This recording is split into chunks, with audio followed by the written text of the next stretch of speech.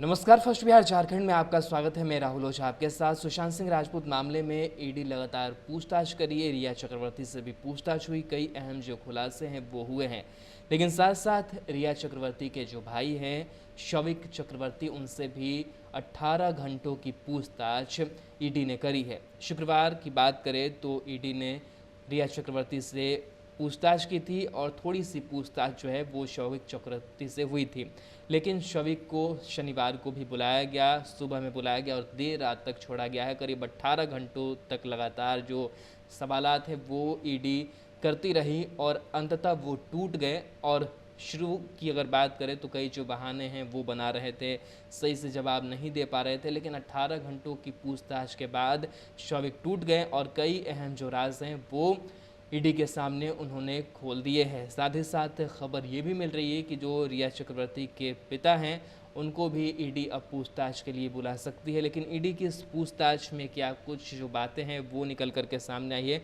उस पर भी चर्चा कर लेते हैं। 18 घंटे तक की जो मैराथन बातचीत है वो हुई है। आपको बता दें कि शौविक ईडी हेडक्वार्टर में 18 घंटे तक रहे और जब निकले तो उनके चेहरे पर थकान साफ तौर पर देखी जा रही थी।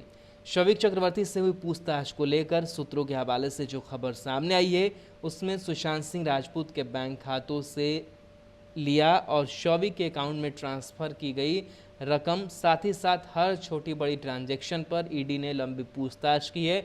इससे पहले भी ये बातें निकल कर के सामने आई थी कि शौविक के अकाउंट में सुशांत सिंह राजपूत का जो बैंक अकाउंट था कोटक महिंद्रा बैंक में, उससे पैसे सीधे ट्रांसफ़र किए गए हैं शौविक के अकाउंट में। इतना ही नहीं, दोनों कंपनियों में जिसमें शौविक और रिया चक्रवर्ती भी डायरेक्टर हैं, उनसे जुड़ी पूछताछ भी ईडी ने की है, जिसमें कई अहम खुलासे हुए हैं। शौविक चक्रवर्ती से ईडी ने यूरोप दौरे को लेकर जब सवाल करना शुरू किया तो कई ऐसे जवाब आए जो बड़े खुलासे कर गए। अब ईडी शौविक और रिया के साथ साथ ही दोनों चार्टर्ड अकाउंटेंट के बयानों का मिलान करेंगी। आपको बता दें कि दोनों जो चार्टर्ड अकाउंटेंट हैं उनसे भी जो सवाल है वो पूछे गए हैं और ईडी ये समझती है, ईडी ये जानती है कि आगे वाला जो एक्यूज्ड होता है, जो आरोपी होता है, अभियुक्त होता है, वो कहीं ना कहीं बचने के तमाम जो कोशिशें हैं वो सवाल के दौरान करता है। लेकिन ईडी जो है लगातार जो नज़र है वो बना कर रखती है कि कब कौन से सवाल पूछे जाएं और किस तरीके से राज उगलवाया जाए। ईडी इसमें एक्सपर्ट होती है और उसका वो काम होता है कि वो किस तरीके से चीज़ों को निकाल पाए।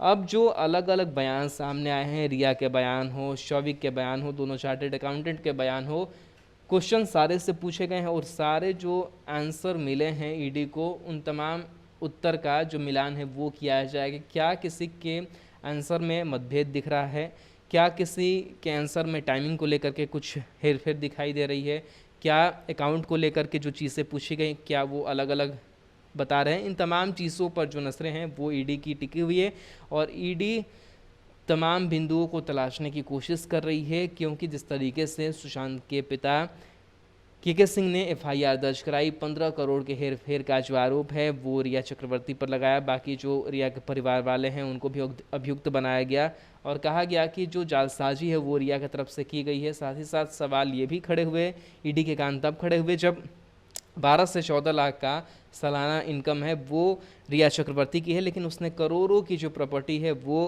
ख़रीद ली है। तो सवाल यही उठ रहा था कि आखिर इतने कम इनकम में इतनी चीज़ें कहाँ से आ गई। इन तमाम चीज़ों को लेकर के जो ईडी की छानबीन है वो जारी है। संभव है कि शौविक के बाद अब ईडी रिया के पिता इंद्रजीत चक्रवर्ती को भी पूछताछ के लिए बुला सकती है।